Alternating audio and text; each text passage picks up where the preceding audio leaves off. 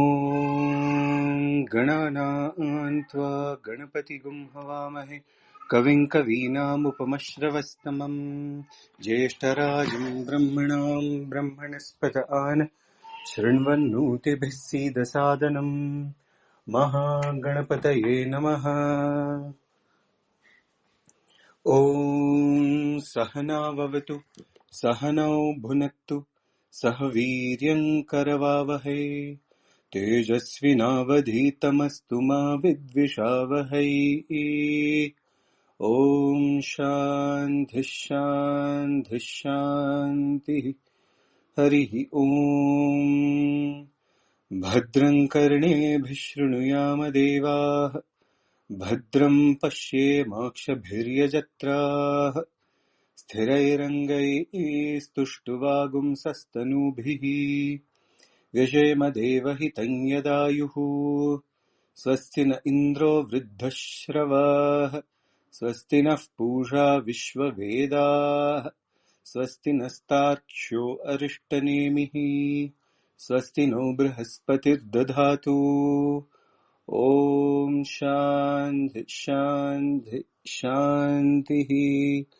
हरिः ॐ शन्नो मित्रः शं वरुणः शन्नो भवत्वर्यमा शन्न इन्द्रो बृहस्पतिः शन्नो विष्णुरुक्रमः नमो ब्रह्मणे नमस्ते वायो त्वमेव प्रत्यक्षं ब्रह्मासि त्वामेव प्रत्यक्षं ब्रह्म वदिष्यामि ऋतं वदिष्यामि सत्यं वदिष्यामि तन्मामवतु तद्वक्तारमवतु अवतु माम् अवतु वक्तारम्।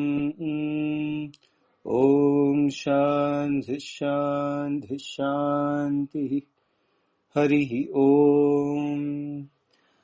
ॐ वाङ्मे मनसि प्रतिष्ठिता मनो मे वाचि प्रतिष्ठितमाविराविर्मयेधि वेदस्य मआणीस्थश्रुतं मे मा प्रहासीरनेनाधीते हो रात्रान् सन्दधामृतं वदिष्यामि सत्यं वदिष्यामि तन्मामवतु तद्वक्तारमवत्मामवतु मां वक्तारमवतु वक्तारम्। ॐ शान्ति शान्ति शान्तिः। हरिः ॐ असतो मा सद्गमय तमसो मा ज्योतिर्गमय मृत्योर्मामृतं गमय। ॐ शान्ति शान्ति शान्तिः। बिंदु जी। Thank you, Prasad. Om Namo Brahmadibhyo Brahma Vidya Sampradaya Kartrubhyo Vamsha Rishibhyo Mahadbhyo Namo Gurubhyaha Sadashiva Samarambham Shankaracharya Madhyamam Asmatacharya Paryandam Vande Guru Parambaram Shruti Smriti Purananam Alayam Garunalayam Namami Bhagavad Pada Shankaram Loka Shankaram Shankaram Shankaracharyam Keshavam Badarayanam Sutrabhashikritau Vande Bhagavantau Punah Punah Ishvaro Gururatmeti Murtibheda Vibhagine Vyomavat Vyapta Dehaya Dakshinamurtaye Namaha. Om Shri Dakshinamurtaye Namaha. We have been studying various Upanishads starting with Katha. So, but if you look into this chronological way it should be known, Isha Kena Katha Prashna Mundaka Mandukya. We completed the 6 in the order and then we did Chandogya, the 7th one, and this will be the 8th one, Aitareya. Now what will be left will be the Taittiriya and Brihadaranya after this. So if you look at it, the way in which Upanishads which have been commented by Sri Shankaracharya, we have 10 major Upanishads in it. Out of that, we have two Upanishads in the Krishna Yajurveda. That is Katha and Aitareya, out of which Aitareya we are yet to learn. In the Shukla Yajurveda, we have two Upanishads, that is Ishavasya and Brihadaranya. The Brihadaranya is be taken up late, the last. And from Samaveda, we have two Upanishads, which is the Kena and Chandogya. The Atharvana Veda has three Upanishads. That is what we have done is Mandukya, Mundaga, and Prashna. We have taken all the three.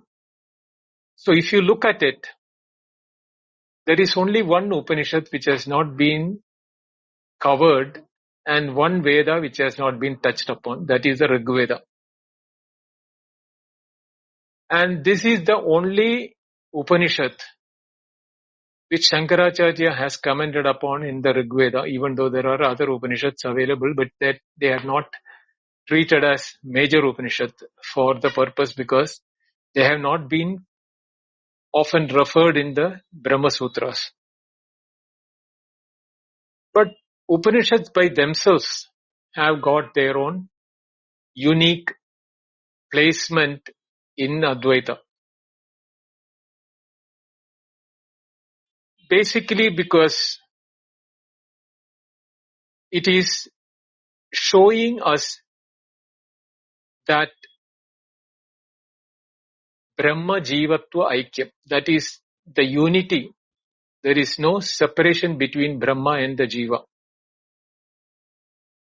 Brahma Satyam Jagan Mithya Jivo Brahmaiva Nabara is the famous statement which we all know.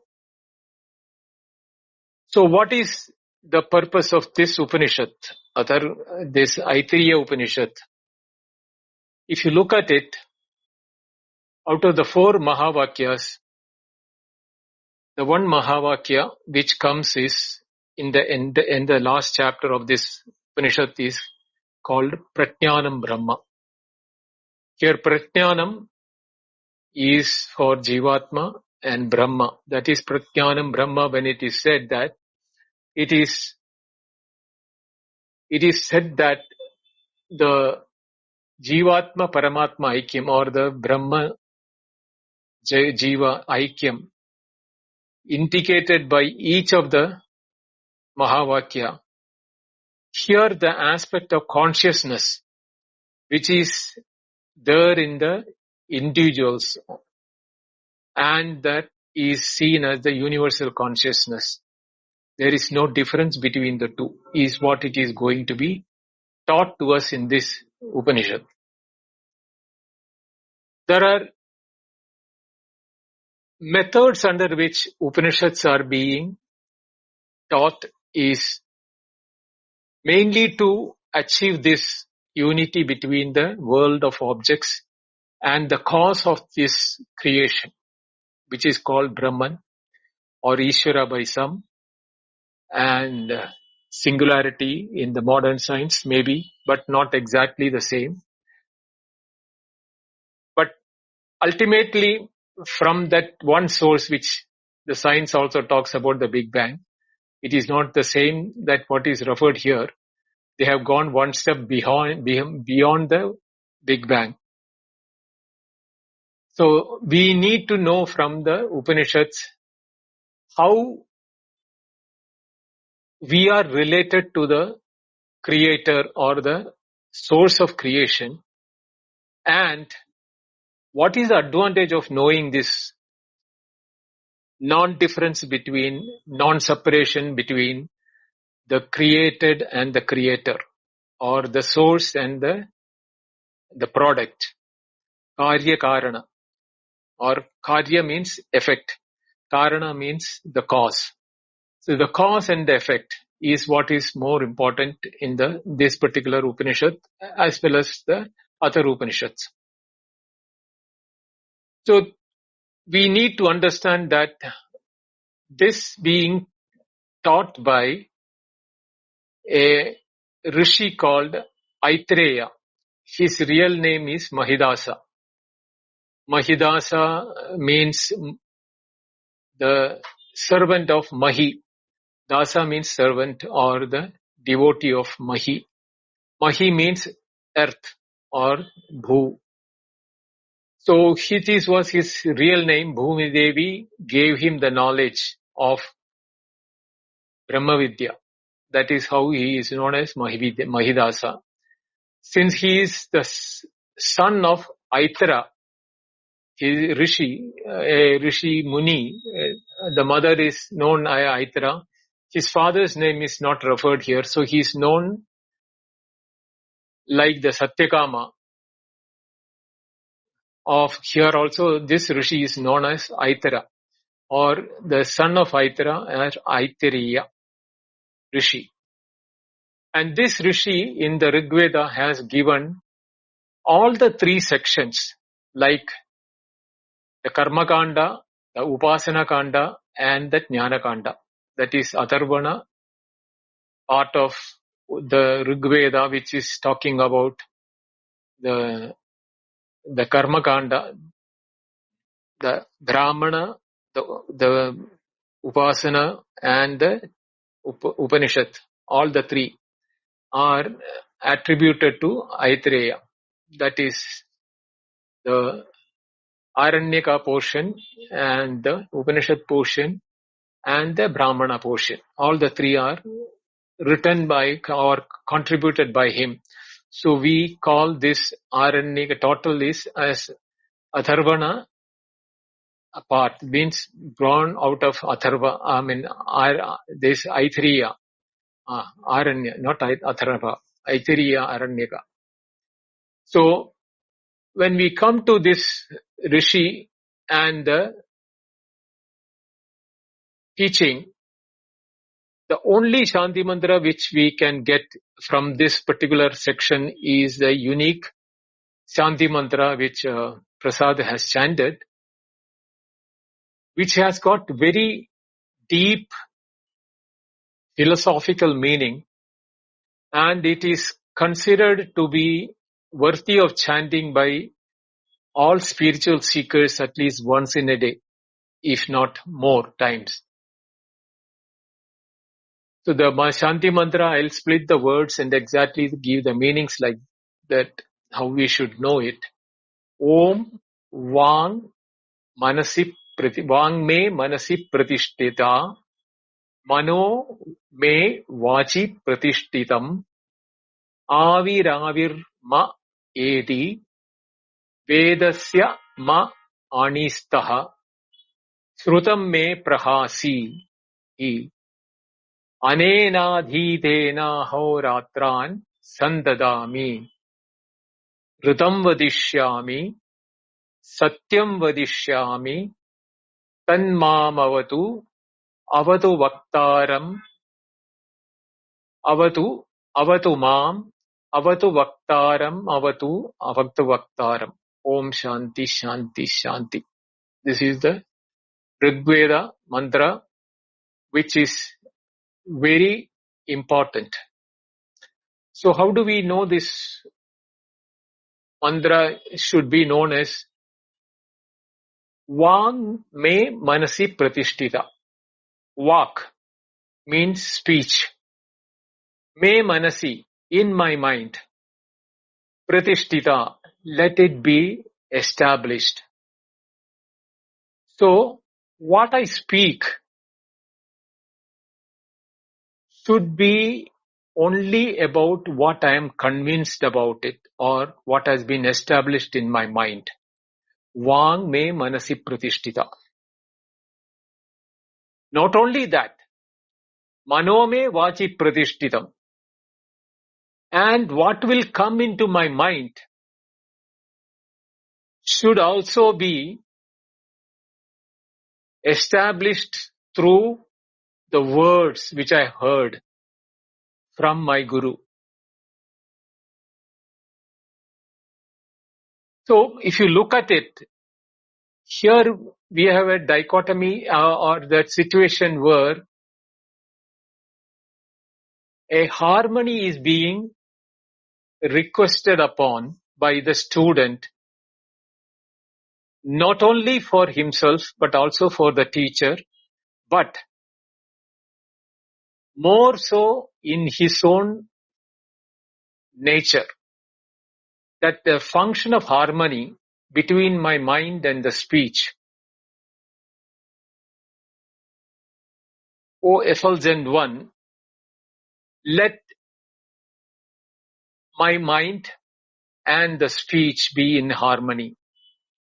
I should speak only what I have convinced about it, and I should get convinced about what I'm hearing from my guru regarding the teachings.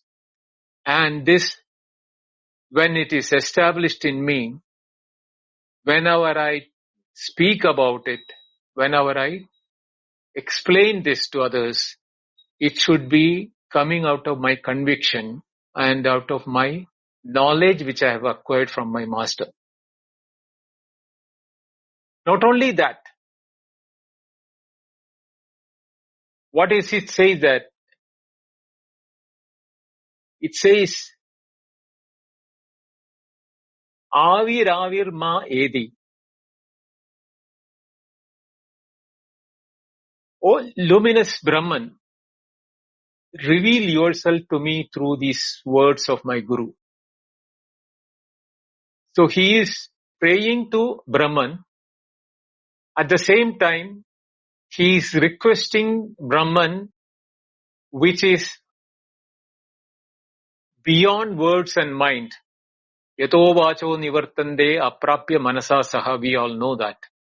That which is beyond words and beyond the comprehension of mind. That is the nature of Brahman. Yet, O Brahman, the self-luminous one, without your blessing or without your boon, you can never be revealed to me, even though the Guru is teaching me through his words, because the words by itself cannot reveal unless they are blessed by your grace. So reveal yourself unto me through your blessings, so that what my Guru is teaching to me through the Upanishad, let that dawn upon me as you, who is the self-luminous one.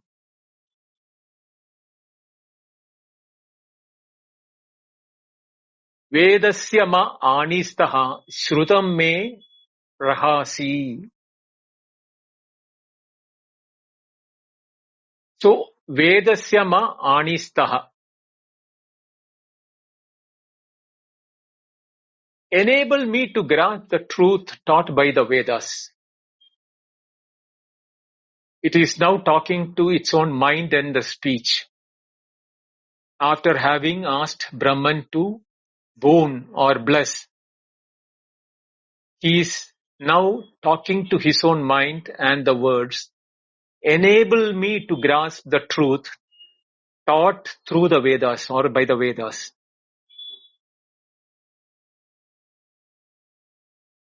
And ma prahasi, shrutam me ma prahasi. Whatever shrutam, whatever I heard, may by me, ma prahasi, may let it not leave, or I should not forget what I have been listening. Most of us have got this problem. We listen so many things so many times, even with all rapt attention, we dedicate ourselves with the intention to learn and grasp the teaching. But if our mind and the speech are not in tune with the teachings and our nature, what happens is that we tend to forget what I have learned. So let me not forget what I have learned. O mind, O words, don't leave me in grasping the truths by the Vedas, and let me not forget what I have learned without due to supporting that I may forget what I have been learning. Ahoratran sandadami. Ena aditena ahoratran sandadami.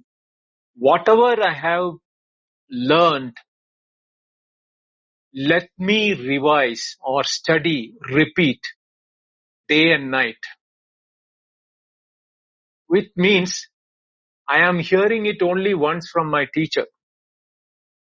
But what has been grasped in my mind should come to my mind day and night in the form of revision or repetition, so that that becomes my manana and it becomes my nididhyasana. Let me study this day and night, or let these words of my teacher reverberate in my mind day and night so that I do not forget them.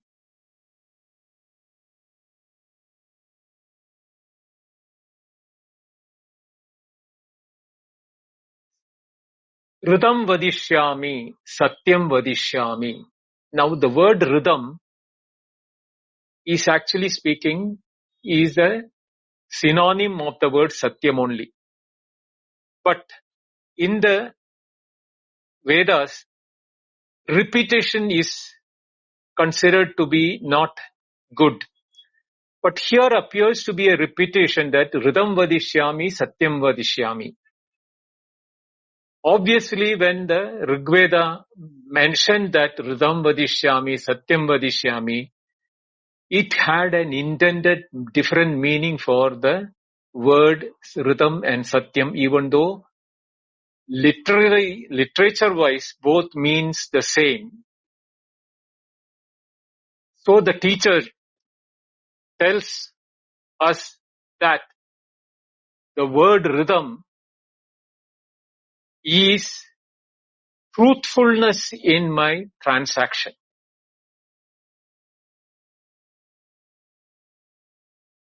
Rhythm vadishyami. Whenever I am in transaction, whenever I need to transact with my mind and from what I have taught, even though I am convinced, let me not cook up stories or make up, my own imagination into it and not be truthful to what I have learned. Let me be truthful to what I have learned in my transaction. Then what is Satyam Vadishyami? Here the Satyam stands for Satyam Jnanam Anandam Brahma. Let me talk only about the Satyam, the truth, which I have learned from the teacher. I am transacting, let there be truthfulness, and in that truthfulness, let me only talk about the truth, the absolute truth, which is nothing but truth. Satyasya Satyam. That is what the Ridham Vadishyami and Satyam Vadishyami stand for in the Shanti Mantra. Tanmam avatu, Vaktaram avatu. May truth protect us. May I think about truth. May I speak truth. So here thinking a truth is by the mind. May I speak truth is by walk. So both the places both by my mind and by my words, let me be only adhered to the truth, nothing but truth. So that may truth protect me, and the same truth, which is nothing but Brahman, protect the teacher. It is not that I am protected alone. Let the teacher be also protected. Let the environment be also protected. Where we are in unison with the teaching and the taught. Om Shanti Shanti Shanti. The three Shantis are standing for Adi Daiviga, Adi Baudiga and Adhyatma. Adi Daiviga means by acts of God. Let there be protection or peace for both the teacher and the taught, and the environment of teaching. The peace, let may be protected by the acts of God. The second one is Adi Baudigam, means acts of creation. Like whatever has been created in the world, let them be not cause for disturbance so that our teaching is disturbed. So Adi Baudiga teaching. Also let us protect. Not only the gods, not only the creation protect us. I need to be protected by myself. Adhyatma. Let the teacher be protected by his Adhyatma. And let me be also be protected by my Adhyatma. Adhyatma means what is internal in the self, in the form of, internal afflictions, what can come to the teacher or the taught. Let there be not afflictions that disturb the teacher and me as the student. So Om Shanti Shanti Shanti. This is the meaning of the Shanti Mantra, a very, very powerful Shanti Mantra. And I would request all of you to learn it by heart by listening to the recording again, and the way in which Prasad has chanted has done the perfect way of Vedic chanting. Learn from it and practice it. May the truth, ultimate truth, Brahman, protect us all so that we have a complete protection from all around in understanding this Upanishad and the Mahavakya Pratnyanam Brahma, which comes at the last chapter. Now, before entering into the Upanishad, let me give you a summary of discussion between Mimamsa and Shankaracharya had, which he has written as the preface to the Upanishad, which is not connected with the Upanishad, but he has a long commentary written, which is a dialogue between himself and the Mimamsakas. And the reason why I am not taking that particular aspect is that because the terminologies and the technologies what are referred in the Bhashya or in the commentary by Shankaracharya will be Greek and Latin to all of us, because these are all terms of the Mimamsakas. So if I read and explain also, I'll have to explain the terminology also equally in the Mimamsaka terms, which is not the purpose of this Upanishad. But Shankaracharya, having had to take on the Mimamsaka before writing this Upanishad, because it is the Rigveda Upanishad, he had to take upon the Mimamsaka why this Upanishad with the Mahavakya Pratnyanam Brahma is an important Upanishad, where the Mimamsakas are talking about that this Upanishad is only a eulogy or a Arthavada, a praise in part of the Kriya or Karma, which is there in the Aitareya Brahmana. So, the purpose of Shankaracharya's dispute and explanation to the Mimamsakas are to prove that no, this is a Jnana Khanda. This is actually a teaching for knowing Brahma, Jiva, Aikyam. That is the purpose of the Mahavakya. So he goes through the epistemologies of different words in the Mimamsa terminology and explains them. And even to the extent he goes that only after having done the Grihasthashrama and the Grihastha, if he develops, Grihastha means householder, Grihastha develops dispassion for doing the Agnihotradi, the Pancha Agni Karma, and develops a dispassion and Vairagya for searching the higher truth, he should take up sannyasa as a prelude or a prerequisite for studying the Jnana Kanda.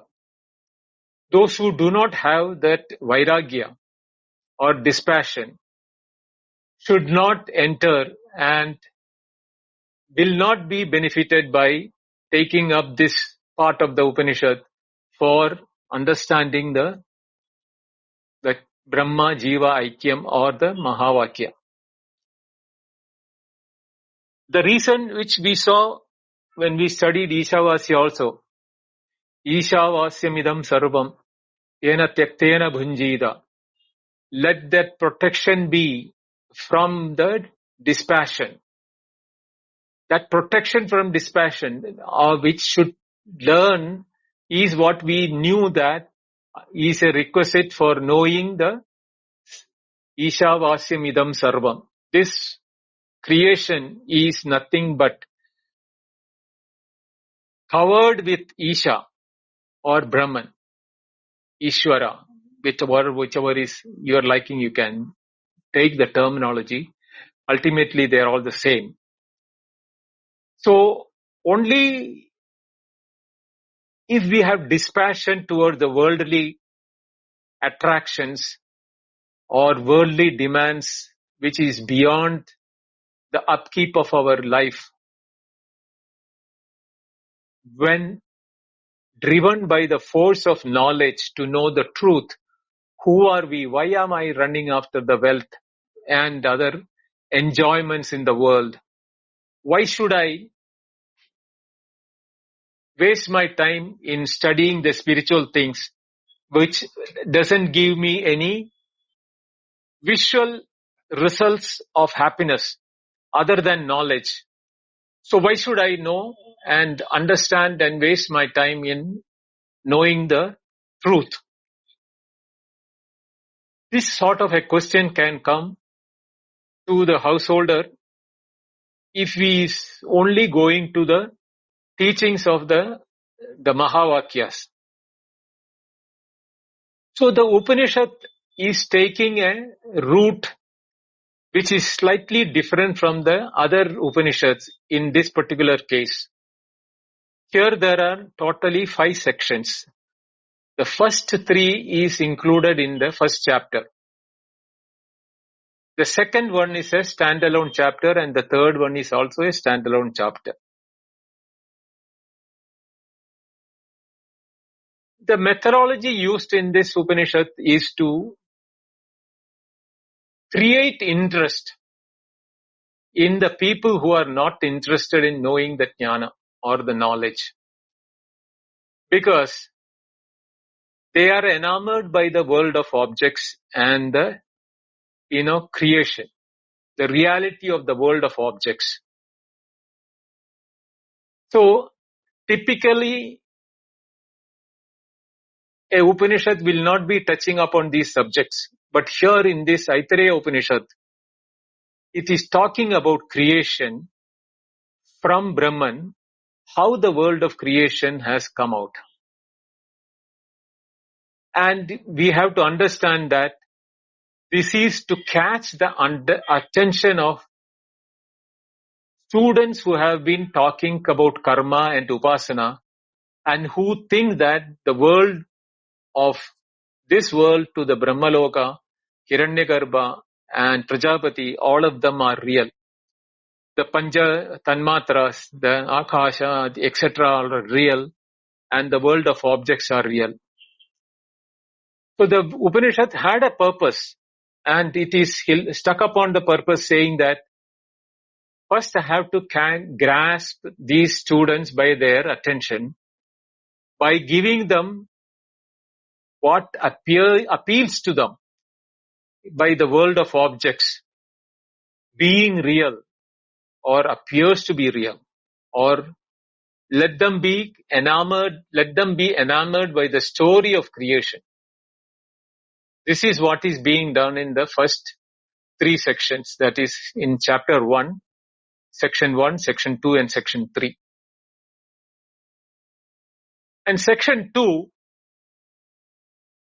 The Upanishad is likely taking you towards the spirituality, but not landing you there. It is talking about the type of birth, that birth and death, that happens to the individual after having understood what is the creation.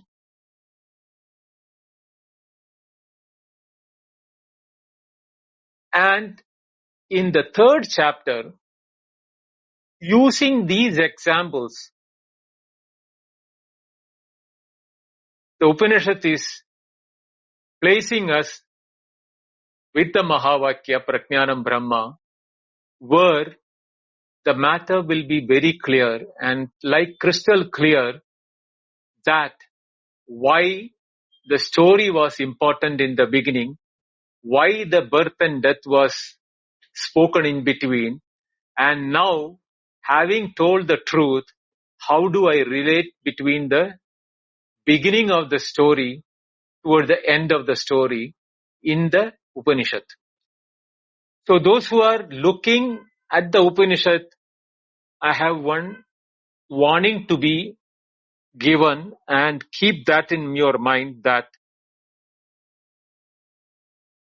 the story is only story. Don't read into the story to develop in between lines with the other Upanishad or the other places where these words have been used. That is waste of time and waste of your energy. Listen to the story the way in which it has to be understood. Because before I take the second chapter, I have promised this to Vinod, that I'll be dealing in detailed dialogue between Shankaracharya and his disciple about the story of the first three sections and how the mind and the thought are important in understanding the story. So I'll read the story as it is given in the Upanishad with the meanings intended by the Upanishad. Also, I'll give you what is the apparent meaning, so that you are clear about the apparent meaning and the clear meaning when we reach to the second chapter. With this preamble, I'm starting the first mantra, which I'll take it today, and the rest of the mantras I'll go to in detail from the next class onwards. Om Atma va idam eka eva agre asit na anyat kinjana mishat sa ikshata lokanusrija iti. This is the first mantra and a very famous mantra. Atma va idam eka eva agre asit. Atma means the self. Imagine here, understand, the teacher is talking to the student. So he is talking about the self. Here, the apparent meaning is the self means yourself. But the clear intended meaning is the self, which is nothing but the Brahman itself. Atma, Brahman is the same.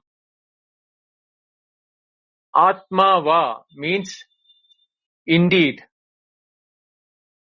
Idam, this.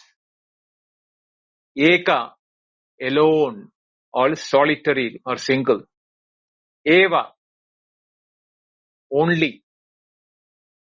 Agre means in the first, as anterior to everything, or the beginning.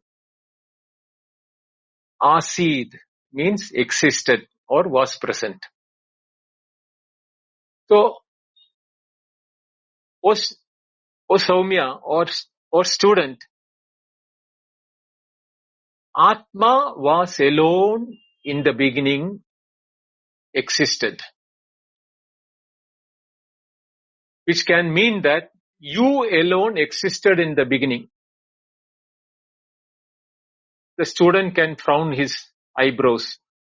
What is this teacher talking about? Let the word and mind be unison. Let mind be not confused by the words the teacher teach. I have done, oh Brahman, please bless us. All those things I have done, but doesn't seems to be working for me when the teacher is saying that I alone existed in the beginning. What did the teacher mean by that?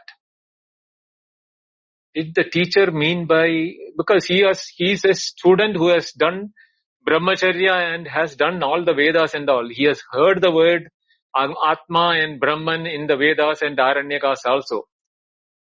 But he's not been able to relate it to his own self. That I am the self, the Atma, which is going to come in the end of the Upanishad as Prajnanam Brahma. That is being referred here by the teacher. Atma eva idam eka agra asid. That I am alone agree asid. How does the teacher, or did the teacher mean that Brahman alone existed in the beginning, or the self existed alone in the beginning? Then he got all the more confused when the next sentence came. Na anyat kinjana mishat. Anyat. There was not, na anyat. There was not another, there was nothing another than that. Kinchana, whatsoever or whomsoever or howsoever, whatever ever you want to add. How, why, when, what, all those things you can add. Kinchana. Na anyat. There was nothing other than that.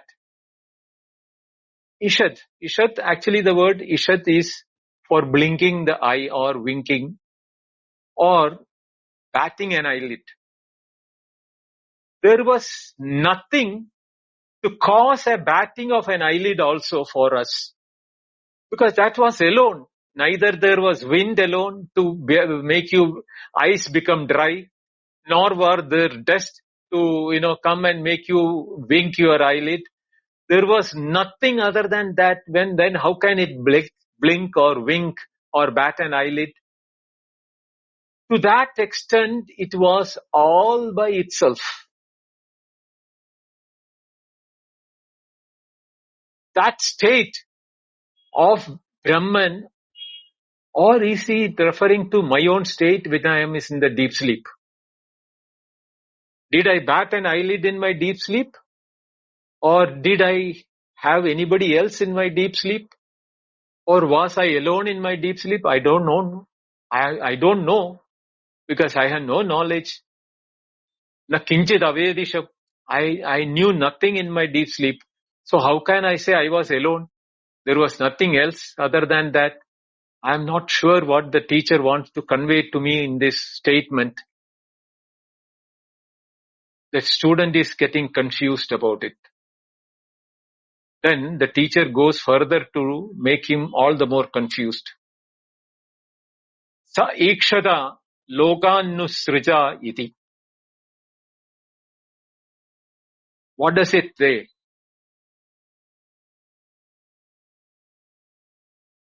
Sa ikshada.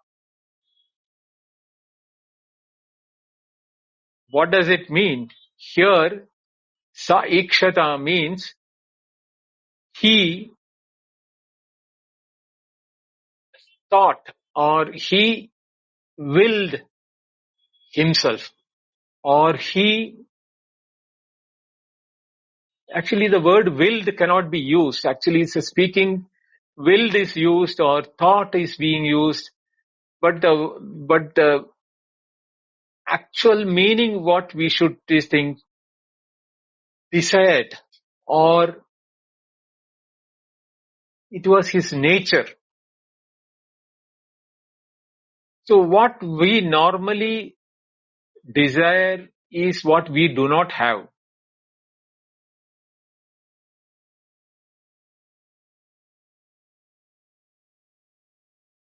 what we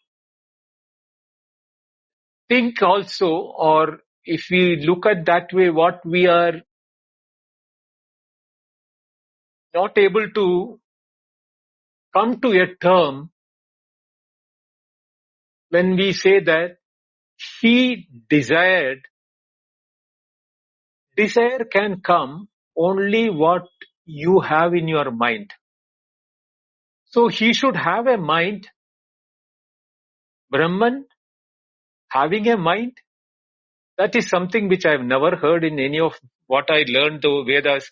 I've been chanting all the 4 Vedas. So from where did I get the idea whether he desired or whether he willed or he thought? All these things should propagate from my mind. So did that Atma have a mind even before he willed? Or without mind, how did he will? Then it cannot be his desire, it cannot be his will, he cannot be his thought. Then what can it be? So here Ikshata word has to be understood as a natural habit or natural way in which something can happen when you are alone.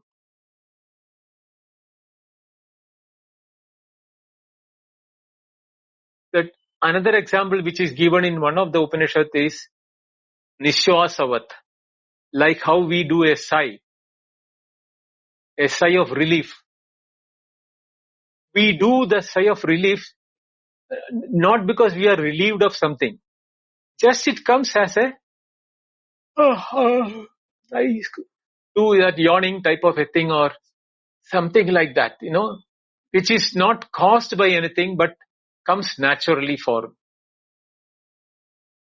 This is here we have to understand that the nature of Atma and the nature of Ikshata, the word, is the reason why Loka Nusruja means let me now create the world.